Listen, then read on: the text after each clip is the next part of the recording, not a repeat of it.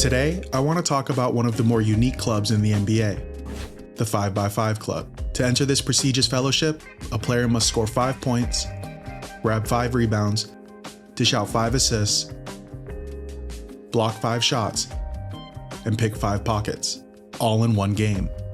Today, the league is filled with so much athleticism and shooting, in my opinion, more than any other time in the league's history. And the numbers keep piling up. Once elusive stat lines like the 50-point game or triple-double have become pretty commonplace in recent years. CJ, new career high! He's up to 51! And they still count, even if they're against the Washington Wizards. Triple-double Pippen! There it is! However, the 5x5 stat line remains extremely elusive, because for the most part, it's only open to a certain type of player.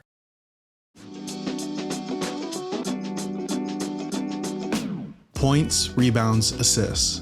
Let's just go ahead and make those gimmies when it comes to achieving a 5x5. It's on the other end of the court where the real test lies. And that was as clean as it gets. Steals and blocks.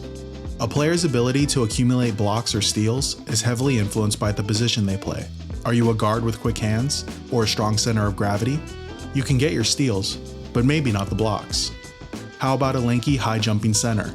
Yeah, you can get your blocks, but how many times are you guarding the primary ball handler? How many opportunities will you have to actually steal the ball? Take for instance Russell Westbrook, the NBA's all-time leader in triple-doubles. We know he can rack up the points, rebounds, and assists. He has never achieved a 5x5. He's had the steals, but never the blocks. Westbrook off the steal, and then just soared past Marco Bellinelli. Even today, in his 16th season at age 36, Russell Westbrook falls out of bed with at least 5 points, 5 rebounds, and 5 assists. And I promise you I'm not cherry picking. Here is a list of players that have never accomplished a 5x5. For someone to enter this prestigious fraternity, you got to be a... We know about Victor Wembanyama. In just his second year, he recorded his second career 5x5 during the 24-25 season against the Utah Jazz on Halloween. Spooky. Thanks, Duck Boy. But let me raise you another foreigner, who dribbled like a guard and had better footwork than anyone, all within the frame of a 7-foot center. I know the potential of what Wembanyama could be seems endless, but if he ends up having a career similar to Hakeem Olajuwon, that's a win. Say hello to the president of the 5x5 Association. Olajuwon has achieved the 5x5 6 times, more than anyone else in history. The player with the second most has only done it 3 times. Hakeem did that in 1 season. Hakeem has even achieved the rare quadruple-double, of which only 4 players have ever done. 18 points, 16 rebounds, 10 assists, and 11 block shots. Only the 3rd quadruple-double in the history of the NBA. Speaking of one of those 4, David Robinson, another athletic freak. Just like Olajuwon, he could run, jump, score, and defend. David Robinson. David Robinson gets overlooked as one of the best centers of all time. Are you seeing a pattern here? To be a center and enter the 5x5 circle usually requires someone to be special defensively. And usually, they're not just special defenders. They're usually just plain special. Usually. For Marcus Camby, getting enough points was the hardest part of his 5x5 journey. Oh! It goes in! For his career, he actually averaged more rebounds than points. But all it took was one special night in January 2004 for Camby to achieve niche statistical club immortality. And make no mistake, despite his offensive shortcomings, Camby was special defensively. Slap that one away. But what if you're not 7 feet? What other type of player can join the 5x5 alliance? Here we have the largest group in the 5x5 organization, 2 pairs of power forwards, one from the past and one from the present. Vlade Divac and Derek Coleman are similar to Camby in that they were definitely better on one side of the ball. Offensively for Divac and Coleman, hit me with a little ball and dunked it. And when I turned around to him, he did me like that. Defensively for Camby, but they were still respectable enough on the other side that if things went well on the right night, it could happen. And it did. Draymond Green and Anthony Davis are truly elite jack-of-all-trades players.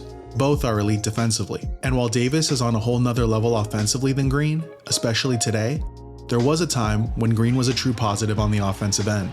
And what do you know? Green's 5x5 came during his best year offensively. What a game for Draymond Green, 6 of 7 from downtown. I already told you about Olajuwon and Wemby, players who have had multiple 5x5s. This player has done it 3 times and has one of the greatest nicknames of all time.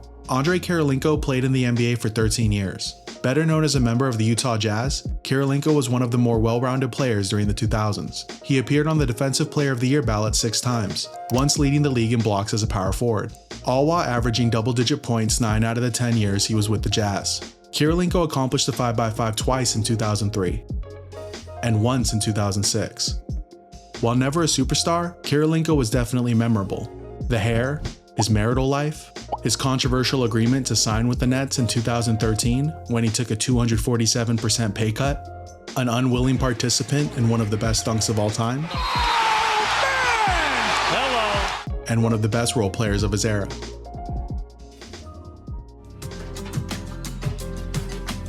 So here we are, the last member of the 5x5 fraternity I'm going to talk about. He wasn't noteworthy offensively or defensively. He was a pretty good passer, but he never made an awards ballot, other than finishing 3rd in Rookie of the Year in 2001. He was just an average to below average NBA starter, and he's the exception that proves the rule.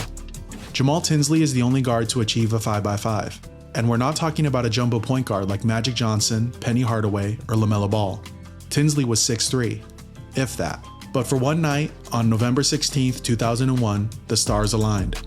Tinsley was a rookie on the Indiana Pacers. Only 10 games into his career, Tinsley put up 12 points, 9 rebounds, 15 assists, 6 steals, and 5 blocks, in an overtime loss to the Minnesota Timberwolves.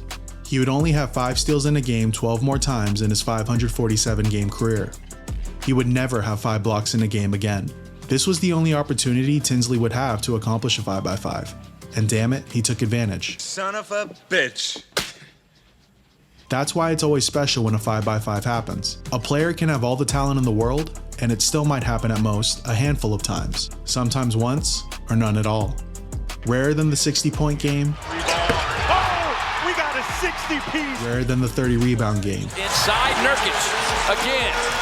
Let's go with a nice even 30. rarer than 20 assists. Around all night. Turner for 3, and that's another assist, a 20th for Tyrese Halliburton. That is what makes the 5x5 club one of the most special in the NBA.